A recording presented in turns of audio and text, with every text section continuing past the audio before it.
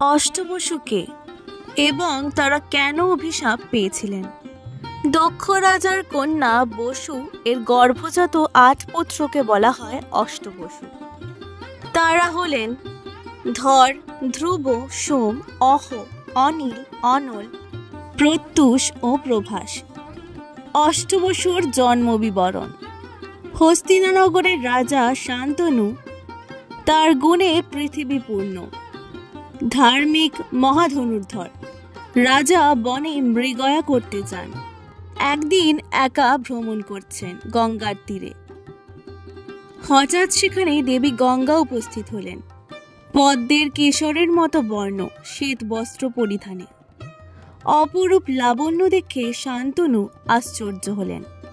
তিনি কন্যার কাছে গিয়ে তার পরিচয় জানতে চাইলেন। তার রূপে রাজা মুগ্ধ। তিনি তাকে তার নারী হতে অনুরোধ করলেন। কন্যা বলেন, রাজা, আমি তোমার স্ত্রী হব, কেবল একটি নিবেদন, আমার কোনো কাজে তুমি বাধা দেবে না, নিষেধও করবে না। যেদিন তুমি এর বিরোধিতা করবে সেদিনই আমি তোমায় ত্যাগ করব। রাজা সকল শর্ত মেনে নিলেন। এভাবে শান্তনু ও গঙ্গার বিবাহ হলো। রাজা দিব্য রত্নভূষণে স্ত্রীকে সাজালেন, সর্বদা তাকে তুষিলেন। এভাবে মহাসুখে শান্তনু গঙ্গার সাথে অবস্থান করলেন। ধীরে ধীরে অষ্টবসু শান্তনুর গৃহে পূর্ণ শশী রূপে জন্ম নিতে লাগলো। পুত্রের রূপ দেখে শান্তনু খুশি হলেন, নানা দান যজ্ঞ করলেন। এদিকে গঙ্গা পুত্র নিয়ে জলে ভাসিয়ে আসেন।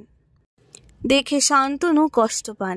এভাবে এক এক করে পুত্র জন্মায় এবং গঙ্গা সকলকে ভাসিয়ে দেন। পূর্ব সত্যের ভয়ে রাজা গঙ্গাকে কিছু বলতে পারেন না, কিন্তু প্রতি মুহূর্তে তিনি পুত্র শোকে জ্বলতে থাকেন। এভাবে ৭ পুত্র জন্ম নেয় এবং গঙ্গায় ভেসে যায়। পুত্র শোকে শান্তনু গুমড়ে ওঠেন। শেষে আবার তার পুত্র জন্মায়। এই ৮ম পুত্রকে নিয়ে গঙ্গা জলে নামেন। ক্রুদ্ধ হয়ে শান্তনু গঙ্গাকে বলেন, কে তুমি মায়াবী? কোথা থেকে এলে? তোমার মতো নিন্দিতা পৃথিবীতে দেখা যায় না, যে নিজ গর্ভের সন্তানকে নিজে হত্যা করে। কিভাবে তুমি নিজের সন্তানদের হত্যা করো হে পাষাণী? এত বলে নিজ পুত্রকে কোলে তুলে নিলেন। গঙ্গা বলেন, রাজা, পুত্র বাঞ্ছা করলে তুমি আর আমায় চাও না। এই পুত্রটিকে তুমি যত্ন করে পালন করো। এবার আমি তোমায় নিজ পরিচয় দেব। আমি জাহ্নবী। 3 লোক আমায় পুজো করে। আমার গর্ভে যে পুত্রগুলি জন্মালো তারা সব অষ্টবসু। বশিষ্ঠের শাপে তারা কাতর হয়ে আমায় প্রার্থনা করে। আমি তাদের অঙ্গীকারে সম্মত হই এবং সে কারণে তোমার স্ত্রী হই। রাজা বলেন, পূর্বের কথা বলো, কি কারণে বসুদের বশিষ্ঠ শাপ দিলেন? জলাধিপতি বরুণ গঙ্গা বলেন, বরুণের পুত্র বশিষ্ঠ মুনি। হিমালয় পর্বতে তার তপবন, নানা ফল ফুলে তার বন শোভিত। দক্ষকন্যা সুরভি তার গৃহিণী, কামধেনু তাদের কন্যা। বশিষ্ঠ মুনি একদিন অষ্টবসুরা ভব, ধ্রুব, সোম, বিষ্ণু, অনিল, অনল, প্রত্যুষ ও প্রভব, এরা দক্ষের কন্যা বসুর পুত্র, তাদের স্ত্রীদের সাথে সেই বনে উপস্থিত হলেন।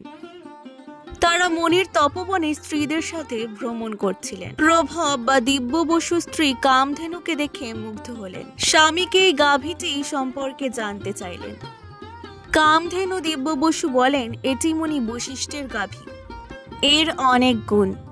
এর 1 পলা দুধও যদি নরলোক পায় তবে তা পান করে 10 সহস্র বছর বাঁচা যায় এবং চির যৌবন প্রাপ্ত হয়। স্বামীর কথায় স্ত্রী বলেন, তার নরলোকে সখী উশিনর কন্যা জিতবতীর জন্য তিনি কামধেনুর দুগ্ধ চান। স্ত্রীর বশ হয়ে বসু গাভীটি নিয়ে নিজ গৃহে যান। এ সময় বশিষ্ঠ আশ্রমে ফিরে এসে গাভী দেখতে না পেয়ে তাকে খুঁজতে বের হন। অনেক খুঁজেও যখন পেলেন না, তখন চিন্তিত হয়ে ধ্যানে বসে জানতে পারেন অষ্টবসু গৃহে তার গাভী হরণ করে নিয়ে গেছে। ক্রোধে বশিষ্ঠ শাপ দেন তারা মনুষ্যলোকে জন্মাবেন। বসুরা এই সাপের কথা শুনে মণিকে স্তব করতে থাকেন। মণি বলেন, আমার বাক্য খণ্ডন হবে না। প্রতি বছর একজন করে মুক্তি পাবে। তবে যে গাভীটি চুরি করেছে সেই দিব্য বসু পৃথিবীতে থেকে যাবে। সে ধার্মিক, সর্বশাস্ত্র বিশারদ, পিতার প্রিয়কারী এবং স্ত্রী সঙ্গত ত্যাগী হবে। পরে যদিও মুক্তি পাবে। এরপর গঙ্গা বলেন, মুনির শাপে কাতর বসুরা আমাকে স্তব করলো এবং প্রার্থনা করলো জন্মমাত্র যেন তাদের ভাসিয়ে দেওয়া হয়, তবেই তারা মুক্তি পাবে। সে কারণেই আমার মর্তে তোমার স্ত্রী রূপে আগমন, রাজা এই পুত্র অবতার। তবে মায়ের বিহনে পুত্র দুঃখ পাবে, তাই এই পুত্র আমার সাথে এখন যাবে। পুত্র সুশিক্ষিত ও যৌবন প্রাপ্ত হলে আবার তাকে তোমার কাছে ফিরিয়ে দিয়ে যাব। এত বলে গঙ্গা পুত্রকে নিয়ে অন্তর্ধান হলেন। রাজা শান্তনু স্ত্রী ও পুত্র শোকে কাঁদতে কাঁদতে নিজ গৃহে ফিরে গেলেন। এই ছিল আজকে 8 অষ্টবসুর কাহিনী এবং কিভাবে অষ্টবসু শাপগ্রস্ত হয়েছিলেন তার গল্প। ভিডিওটি ভালো লাগলে তোমাদের অনুরোধ রইল পুরাণ গল্পকথাকে সাবস্ক্রাইব করে দেওয়ার জন্য। অনেক অনেক ধন্যবাদ।